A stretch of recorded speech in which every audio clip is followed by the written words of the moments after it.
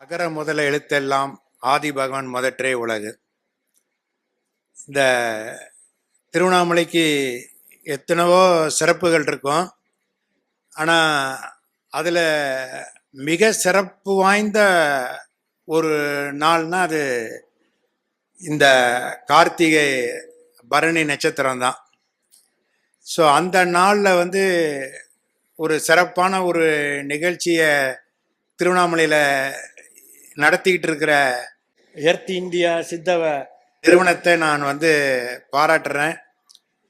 எனக்கு ஆழமான நம்பிக்கை என்னன்னா, அவனன்றி ஓர் அணுவும் அசையாதுங்கிற வார்த்தை தான். டோட்டலா surrender. Without his grace you can't do anything. அதான் main thing. Without his grace you can't do any thing.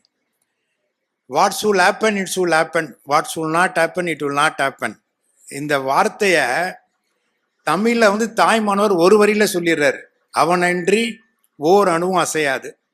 Manikka Vasagar இன்னும் கொஞ்சம் 2 அறிவு உள்ள போயிடுவாரு. அவன் அருளால் அவன் தாள் வணங்கி அவன் என் சிந்தையுள் நின்றது நாள் அப்படிம்பாரு.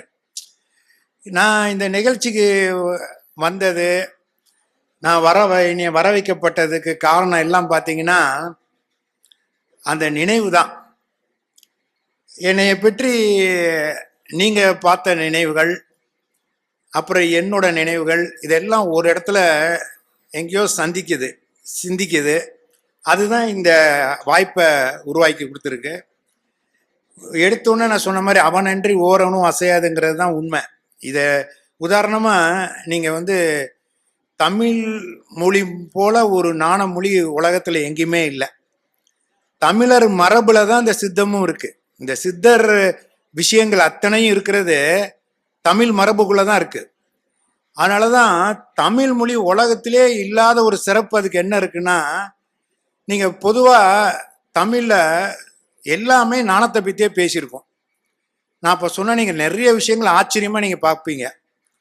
உதாரணமா நம்ம என்ன சொல்லுவோம், தமிழ்ல ஒரு வழக்கம் உண்டு. ஒரு தாய் கஷ்டப்பட்டு பிள்ளைங்களை படிக்க வச்சுட்டு இருப்பா, கஷ்டப்படுவா. யாராவது கேட்பான், ஏம்மா இந்த வயசான காலத்துல நீ இவ்வளோ கஷ்டப்படுறேன்னு கேட்டா அந்த அம்மா என்ன சொல்லும், ஐயா நான் என் கஷ்டப்படுறது என் பிள்ளை ஒரு 4 எழுத்து படிக்கணுங்கிறது தான் ஐயா அப்படிம்பாங்க. என் பிள்ளை ஒரு 4 எழுத்தை படிக்கணும் ஐயா. அந்த 4 எழுத்து எங்க இருக்குன்னா தமிழ்ல தான் இருக்கு. அதுதான் உயிரெழுத்து, மெய்யெழுத்து, உயிர்மெய் எழுத்து, அக்கெழுத்து. இந்த ஒரு 4 எழுத்தை கத்துக்கணும்யா என் பிள்ளை, அதுக்கு தான் நான் கஷ்டப்படுறேன் அப்படின்னு சொல்லுவாங்க. இன்னொன்று பார்த்தீங்கன்னா, தமிழ்ல ஒரு வார்த்தை நம்ம அடிக்கடி பேசணும்னு சொல்லுவோம், தலைகால் புரியாம அலையறான்னு சொல்லுவோம் பாருங்க. தலைகால் புரியாம அலையறான்னு. அந்த தலைகால் புரியாம அலையறதுக்கு இது நம்மளோட வழிபாடு முறையிலேயே இந்த நாணம் உள்ள இருக்கு. திருவண்ணாமலைக்கு 2 சிறப்பு இருக்கு. என்ன சிறப்புனா, ஒன்று சிவராத்திரி நடந்த ஒரு இன்சிடென்ட் நடந்தது திருவண்ணாமலையில தான். இங்கதான் சிவ வழிபாட்டுக்கு ஒரு மூலமான ஒரு இடம் திருவண்ணாமலை தான். நீங்க எத்தனை பேர் சிவன் கோயிலுக்குள்ள போயிருக்கீங்கன்னா, அந்த சிவன் கோயில்ல சிவனோட சன்னதிக்கு பின்னாடி என்ன இருக்கும்னு பாத்தீங்கன்னா லிங்கோத்பர் இருக்கும். பார்த்திருக்கீங்களா லிங்கோத்பரை? எவ்வளவு பேர் பார்த்திருப்பீங்க லிங்கோத்பரை? உலகத்திலேயே லிங்கோத்பருக்கு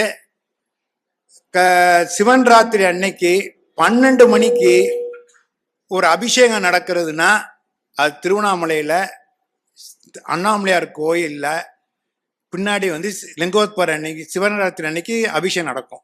அன்னைக்கு தான் தாளம்பூ கொண்டு வைப்பாங்க. சரி, அந்த சிவராத்திரியோட நிகழ்ச்சியை நினைச்சு பார்த்தீங்கன்னா அதுக்கு பின்னாடி சயின்ஸ் இருக்கு. என்ன சயின்ஸ்னா, இங்கதான் நம்ம என்ன சொல்லுவோம், அன்னைக்கு தான் பிரம்மா விஷ்ணு சிவனுக்கு சண்டை ஒருத்தர் கல்விக்கு அதிபதி, ஒருத்தர் செல்வத்துக்கு அதிபதி, ஒருத்தர் பராக்கிரமத்துக்கு அதிபதி, ஒருத்தர் லட்சுமியோட கணவர், ஒருத்தர் சரஸ்வதியோட கணவர், ஒருத்தர் சக்தியோட கணவர். இந்த ஒரு மனிதனுக்கு எப்போ ஈகோ வரும்னா இந்த 3ல ஏதோ ஒன்று இருந்தாதான். இந்த 3ம் இழந்துட்டா அவன் சிவன் ஆயிடுவான். அப்போ இந்த அடிமுடி பார்க்கறதுங்கிறது இந்த கான்செப்ட் இந்த வழிபாட்டில் இருக்கு. அப்போ சிவன்கிட்ட போய் கேட்குறாங்க. அப்போ சொல்றாரு சிவன், யார் என்னை அடிமுடியை பார்க்குறீங்களோ நான் அவரை நான் ஏற்றுக்கிறேன், என்னில் பெரியவராட்டு. உடனே விஷ்ணு செல்வத்துக்கு அதிபதி அடியை பார்க்க வராகி அவதாரம் எடுத்து போவார். பிரம்மா கல்விக்கு அதிபதி அன்னபிச்சை அவதாரம் எடுத்து போய் பார்க்குறாரு. அப்போ விஷ்ணு செல்வம் போய் ஒத்துக்கும், செல்வம் உலகத்தில் ஒரு தூரம் வரையும் போகும், பணம் பாதாளம் மட்டும்தான் அப்படின்னு சொல்லியிருப்பாங்க, அதுக்கு மேலே போகாது. ஸோ அப்போ நின்றுறாரு. அது அவர் வந்து ஒத்துக்கிறாரு. ஆனால் நாலேஜ் வந்து போய்கிட்டே இருக்கும். அப்போ அது என்ன பண்ணுதுன்னா, பிரம்மா போயிட்டே இருக்காரு. அப்புறம் கடைசியாக தாளம்பூவை பார்க்குறாரு. நீ எங்கேருந்து வரேன்னு கேட்குறப்போ, நான் மேலேருந்து வரேன். அப்போ நான் போய் ரீச் பண்ண முடியாது, நான் எப்போ வந்து எனக்கே தெரியாதுன்னு சொன்னோடனே, அப்போ எனக்கு ஒரு ஹெல்ப் பண்ணி ஒரு விட்னஸாக இருக்கணும். அந்த விட்னஸாக இருக்குன்னு சொல்லிட்டு போய் சிவன்கிட்ட சொல்லும்போது, சிவம் தான் எல்லாமே இருக்கும்போது அவர் கோவப்பட்டு அவர் நெருப்பாகி, அதுதான் மலையானது தான் இந்த அருணாச்சலம்னு ஒரு கான்செப்ட் இருக்கு. அப்போ சிவன்கிட்ட வந்து சரணாகதி அடைகிறது இந்த பிரம்மா விஷ்ணுங்கிற தத்துவம் அதில் இருக்கு. அப்போ அவங்க 2 பேரும் எதை தேடினாங்கன்னா, தலையும் காலையும். நம்ம தமிழ்ல என்ன சொல்லுவோம், தலகால் புரியாம அலையறான்னு. கடவுள் மட்டும் இல்லை, நம்மளும் தலகால் புரியாம தான் இன்னைக்கு இருக்கிறோம், அலைஞ்சிட்டு இருக்கிறோம். ஏன்னா நீங்க அத்தனை பேரும் உருவானது எதுல தெரியுமா? இப்ப சித்த மருத்துவத்தெல்லாம் பேசிட்டு இருக்கோம், நீங்க அது எதுல உருவானீங்க? நம்ம எல்லாம் உருவானது எப்ப வந்து தமிழ் வந்து சித்தர்கள் வந்து எவ்வளவு ஆழத்துக்கு போயிருக்காங்கன்னா, இந்த கான்செப்ட்ல இருந்தே நீங்க வந்து நம்ம வழிபாடுக்கும் எவ்வளவு தொடர்பு இருக்குன்னு தெரியும். நம்ம எல்லாரும் உருவானதே ஒரு தலையும் காலால தான். நம்மளோட வடிவம் வந்து ஒரு விந்தனோட வடிவம் வந்து எப்படி இருக்கும்னா, ஒரு தலையும் காலும். அந்த தலையும் காலால தான் நம்ம உருவாகி இவ்வளவு தூரம் வந்தோம். நம்ம வந்து தமிழ்ல என்ன சொல்றோம், தலகால் புரியாம அலையறன்னு சொல்றோம். ஆங்கிலத்துல அவன் சொல்றான், you doesn't know head and டெய்லுங்கிறான். அவன் என்ன சொல்றான், you doesn't know head and டெய்லுங்கிறான். அவன் இன்னும் கொஞ்சம் விவரமா போயிட்டான், காலுக்கு பதில் வால்னு வச்சுட்டான். ஆனா நம்ம தமிழ் மரபுல வந்து அந்த காலை நம்ம என்ன சொல்லுவோம்னா, நம்ம சொல்ற நம்ம அவங்க வந்து வாளுங்கிறான், நம்ம காலுங்கிறோம். ஏன்னா நம்ம வந்து இன்னும் டெப்தா போயிருக்கோம். ஆங்கிலத்தை விட தமிழ் இன்னும் ஆழமா போயிருக்கனால தான் நம்ம என்ன சொல்றோம், தலை காலுங்கிறோம். ஏன் பாத தரிசனங்கிறோம்? பாதத்தை வந்து ஏன் கோயில்ல வந்து சடாரியா வைக்கிறாங்கன்னா, அந்த இந்த உடம்பு வந்து நடந்து போறதுக்கு ஒரு பாதம் தேவை, பாதத்தால தான் நவர முடியும். ஆனா நீங்க வந்து ஒரு செயலை நினைக்கணும். இப்போ பார்த்தீங்கன்னா, என்னை வந்து ஸ்ரீதர் வந்து கூப்பிட்டாரு, இந்த நிகழ்ச்சிக்கு நீங்கள் வரணும் கலந்துக்கணும்னு. அப்போ அவர் எனக்கு ஃபோன் அடிக்கிறாரு. உதாரணமாக எல்லாரும் அன்றைய தினமும் இந்த கணமும் நடத்திட்டு இருக்குது என்னென்னா, நம்ம ஒருத்தரை கூப்பிட்றோம்னு நினச்சோமோ நம்ம ஃபோனில் அடித்து கூப்பிட்றோம். அப்போ எது செயலில் முன்னாடி நினைக்குதுன்னா, நினைவு வந்துச்சு, அவர் அடித்தார். ஆனால் அவரை கேட்டால் ஸ்ரீதர் என்ன சொல்லுவார், ஐயா நான் தானே வந்து ஃபோனில் கூப்பிட்டேன்பாரு. ஆனால் உண்மையில் என்னோட நினைவு போய் அவரை தொட்டுச்சு. நினைவு தொட்ட அப்புறம் தான் அவர் செயலுக்கு வந்தார். ஆனால் நம்ம வாழ்க்கையில் என்ன எடுத்துகிட்டு இருக்கோம்லாம், இப்போ 3 வயதுக்கு அப்புறமே நம்ம என்ன ஆயிடுறோம்னா, நினைவை பின்னாடி போட்டுட்டு செயலை முன்னாடி கொண்டு வந்துட்டோம். அப்போ என்ன ஆகுதுன்னா, நினைவு பின்னாடி போயிட்டு செயல் முன்னாடி வந்துட்டு செயலை வச்சே நம்ம பேசிகிட்டு இருக்கோம், வாழ்கிறோம், எல்லாம் பண்ணுறோம். இதுதான் இந்த நோய்க்கு எல்லாமே காரணம். என்னென்னா, நமக்கு எல்லாருக்கும் செயலில் முன்னாடி வச்சு வாழ்கிற வாழ்க்கைக்கு போனனால நமக்கு நினைவை பற்றி தெரியல. ஆனால் சித்தர் மரபுல தான் 4 தேவம் இருக்குன்னு நம்ம சொல்கிறோம். தூளம், சூட்சமம், காரணம், மகா காரணம். இந்த 4 விதமான உடம்பு அறியணும்னா ஒரு குரு வேணும். குரு இல்லாமல் அறிய முடியாது. அதுதான் தொட்டு காட்டாத வித்தையும் சுட்டு போட்டாலும் வராது அப்படின்னு சொன்னது.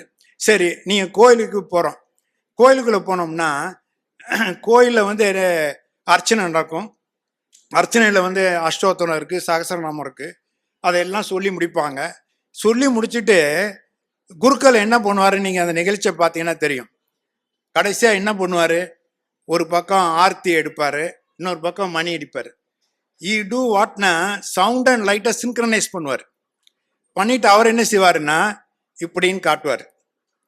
இப்படின்னு காட்டி முடிச்சோடனே நமக்கு எல்லாம் ஆதி பாஷை தான் இருந்திருக்கும், செய்கை பாஷை தான். நம்ம 3 வயசு வரைக்கும் நம்ம குழந்தைய எப்படி பார்த்து கூப்பிடுவோம், வா வான்னு சொல்லிட்டு கையை வச்சு இப்படி கூப்பிடுவோம். யாராவது வா வான்னு சொல்லிடுவோமா, இல்லை கம் கம்னு சொல்லிட்டு விட்டுருவோமா?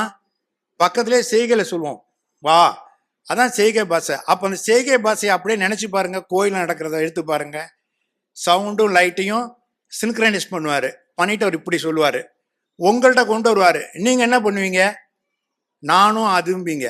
அவரை சொல்கிறாரு அஷ்டோத்திரம் சொல்லி 18 அர்ச்சனை பண்ணுறாரு, 18 விதமாக புகழ்றாரு. சொல்லிட்டு the properties of what we worship that has been defined in the 18 Ashtottara. After that the bring it. அதை பார்த்து என்ன சொல்லுவோம், நானும் அதுதான் கன்ஃபர்ஸ் பண்ணுறோம்.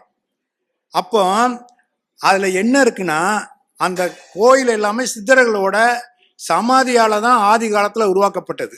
அதுதான் basic science of the Hindu culture. அதான் சித்தர் வழிபாடு, அதான் தமிழர் பண்பாடு. அப்போ அந்த தமிழர் பண்பாடில் என்ன இருந்துச்சுன்னா, சித்தரோட பேஸ் இருந்துக்கிட்டே இருந்துச்சு. அதான் பேசிக் சயின்ஸு. அந்த சயின்ஸில் என்ன சொல்லுவோம்னா, கோயிலை என்ன சொல்லுவோம்னா சாங்டம், அதை நம்ம சொல்லுவோம். தமிழ் என்ன சொல்லுவோம்? கருவறை, கர்ப்பகிரகம்போம். கருவறையிலும் கர்ப்பகிரகத்துக்கும் அதே நிலையை வந்து உண்மையான சித்தரோட சமாதியா இருந்தா சமம் பிளஸ் ஆதி, அதான் சமாதி. சமாதினா கல் கட்டடம் கிடையாது, அது வந்து சமமான ஆதி நிலை. நீ ஒரு உலகத்துக்கு உருவாகிறதுக்கு முன்பு நீ எந்த அறையில இருந்தியோ, அந்த அறையில நீ என்ன நிலையில இருந்தியோ, அந்த நிலையை அடையக்கூடிய தன்மை எதுல இருக்கோ அதான் உண்மையான கோயில். ஊன் உடம்பு ஒரு ஆலயம், தெரிந்த இருக்கு, சிவன் சிவலிங்கம்லாம் இருக்கு. அப்போ அந்த இடத்துக்குள்ள போனா அந்த ஆதி நிலையை வரணும். ஆதி நிலை என்ன? தாயோட வயிற்றுக்குள்ள இருக்கும்போது சுவாசமற்ற நிலை. சுவாசமற்ற நிலைக்கு ஒரு இடத்துல கூட்டு போகுதுன்னா அதுதான் சமாதி. அப்போ அங்கே போனப்போ நம்ம தமிழில் சொல்லுவோம் பிரசவம். தமிழ் வார்த்தையில பிரசவம் இருக்கு. தாயோட வயிற்றுக்குள்ள இருக்கப்போ சவமா இருந்தோம், வெளியே வந்தப்புறம்தான் சவமற்ற நிலை, அதான் பிரசவம். அப்போ தமிழ் மொழி ஒரு நாண மொழி. இதுல எல்லாமே வந்து நாணத்தை பின் பண்ணி தான் இதுல வந்து இருக்கும்.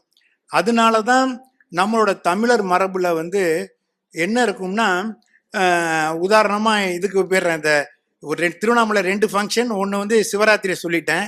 அடுத்த ஃபங்க்ஷன் இன்னொரு ஐதீகம் என்னன்னா, சிவனோட கண்ணை வந்து பார்வதி மூடிறதாகவும், மூடனால சிவனோட கோவப்பட்டு என்னால் நீ 3 நாள் உலகத்தில் அத்தனை ஜீவராசிகளும் சிரமப்பட்டுச்சு, அதனால நீ பூலகத்தில் கொண்டு தவம் இருந்து உன்னை ஆட்கொள்வேன்னு சொல்லி அம்மா பார்வதி வந்து காஞ்சிபுரத்தில் மண்ணால் பிடிக்கப்பட்ட லிங்கத்தை வணங்கி அவங்கள ஒளி ரூபத்தில் ஏற்றுக்கிறது தான் இன்னைக்கு அர்த்தநாரீஸ்வரர் விழா.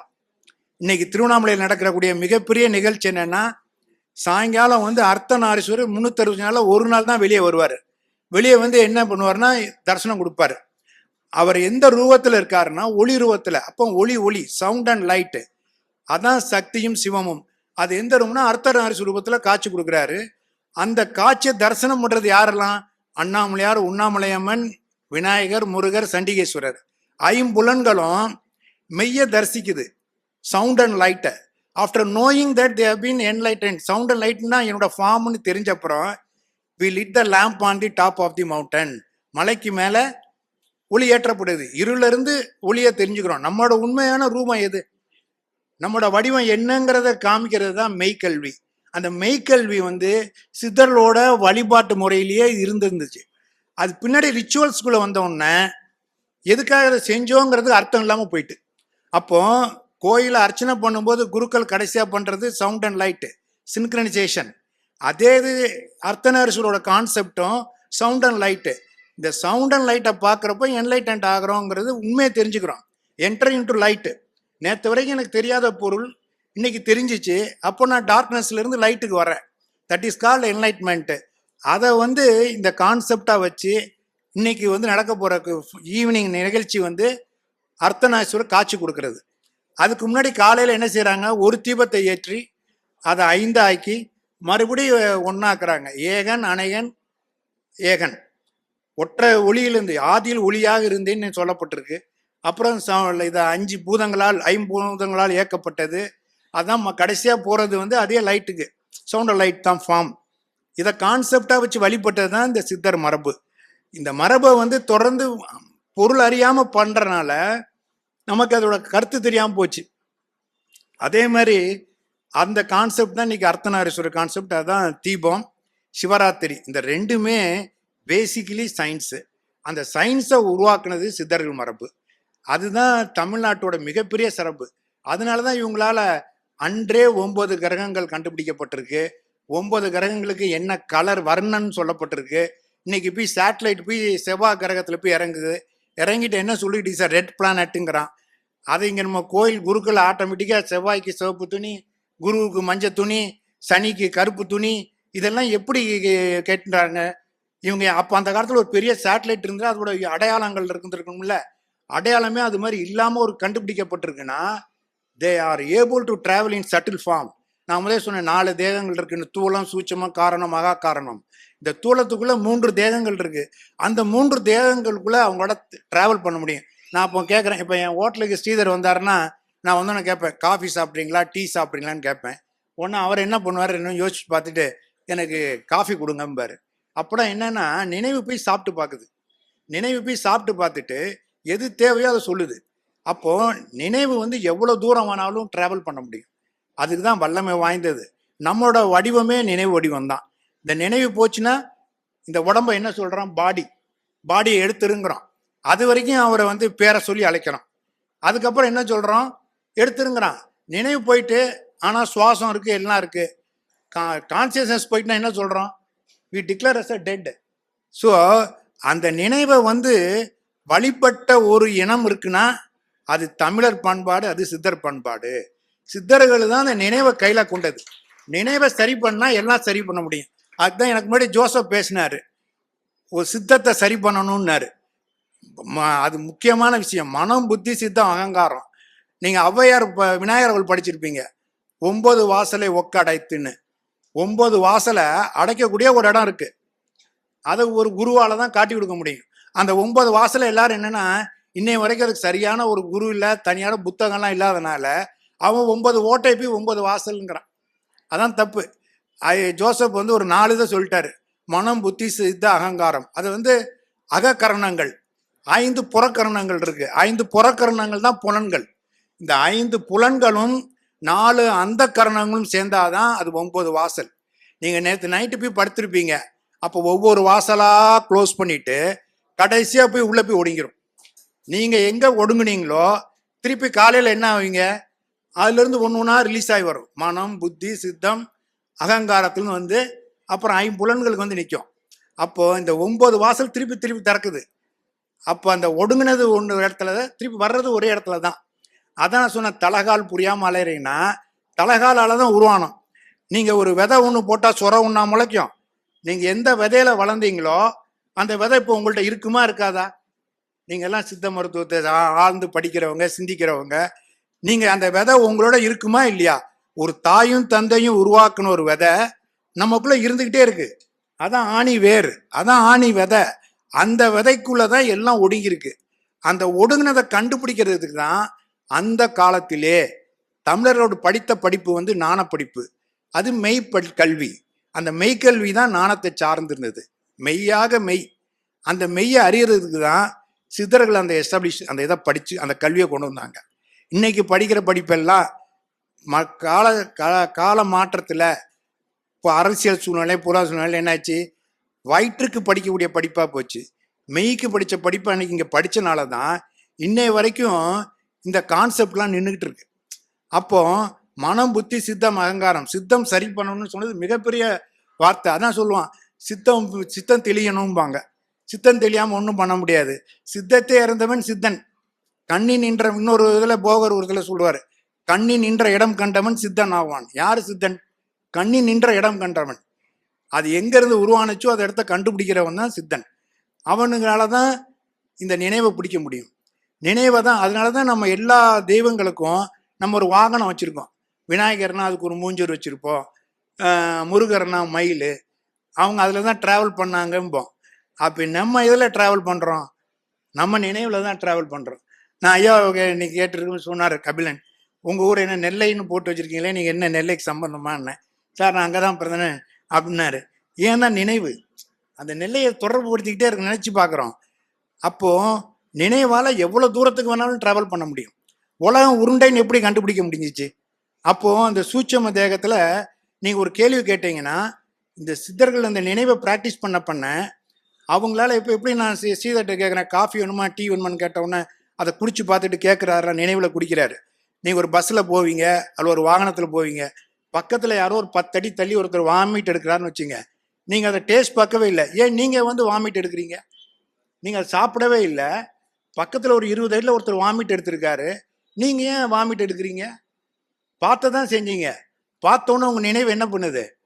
அதை சாப்பிட்டு பார்த்துருது. சாப்பிட்டு பார்த்தோன்னே அதோட பாதிப்பு இந்த தேகத்தில் வருது. ஸோ இந்த நினைவுக்கு வந்து அவ்வளவு வலிமை வாய்ந்த ஒரு பொருள்.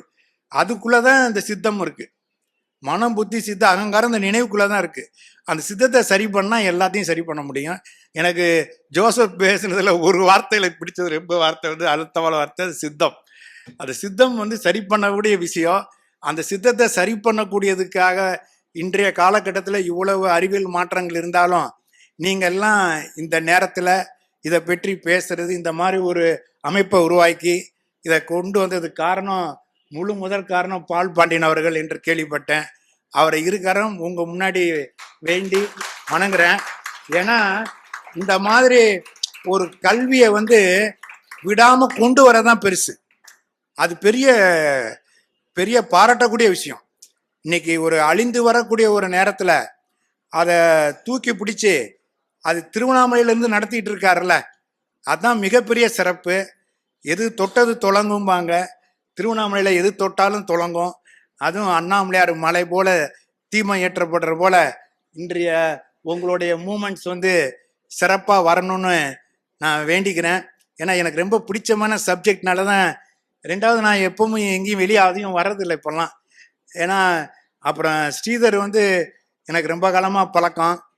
அவர் ரொம்ப அமைதியானவர். அவர் வந்து கிட்டத்தட்ட இதுக்காக ஒரு 4-5 தடவை வந்து கம்பல் பண்ணியிருப்பாரு. அப்புறம் எனக்கு இன்னொரு என்ன பற்றுன்னா, நான் ஒரு தியானதாராங்கிற ஒரு புத்தகத்தை கிட்டத்தட்ட ஒரு 20 வருஷத்துக்கு முன்னாடி போட்டேன். அது வந்து பெருமில்னு ஒரு மிகப்பெரிய ஒரு இலங்கை எழுத்தாளர். அவர் இலங்கையில் உள்ள நாணிகளை பற்றி ஆராய்ந்து அவருடைய கருத்துக்களை வந்து அந்த புத்தகத்தில் போட்டிருந்தோம்.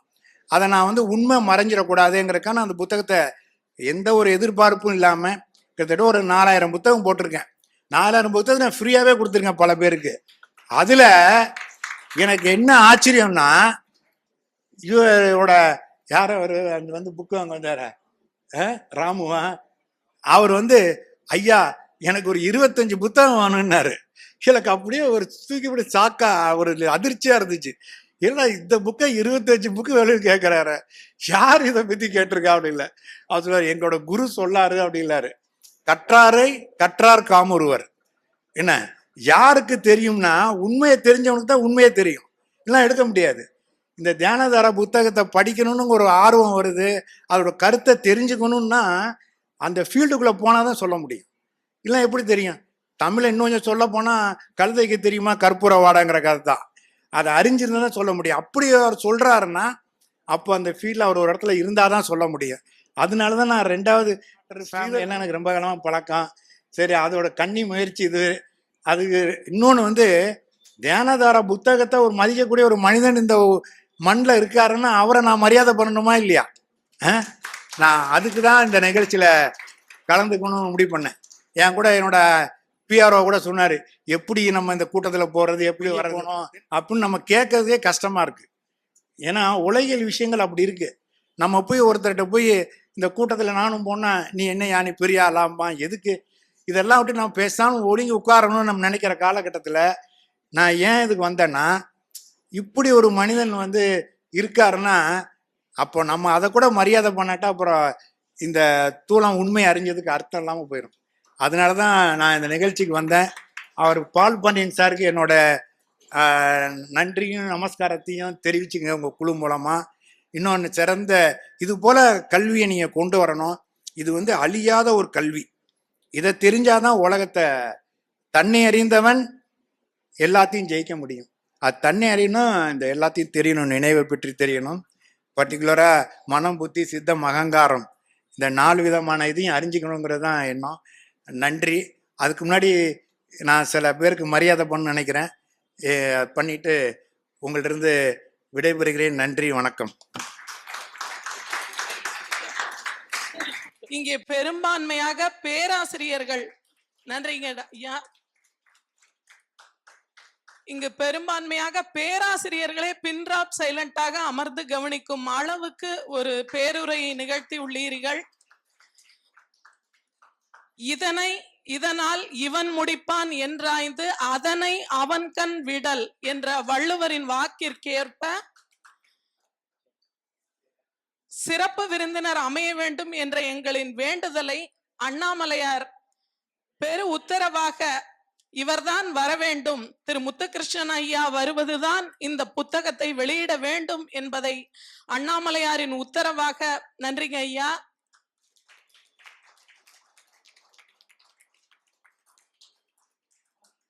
அண்ணாமலையாரின் உத்தரவாக, பெரு விருப்பமாக, பைரவி தாயின் உத்தரவாக நினைக்கிறோம். நன்றிங்க டாக்டர் ஷீலா.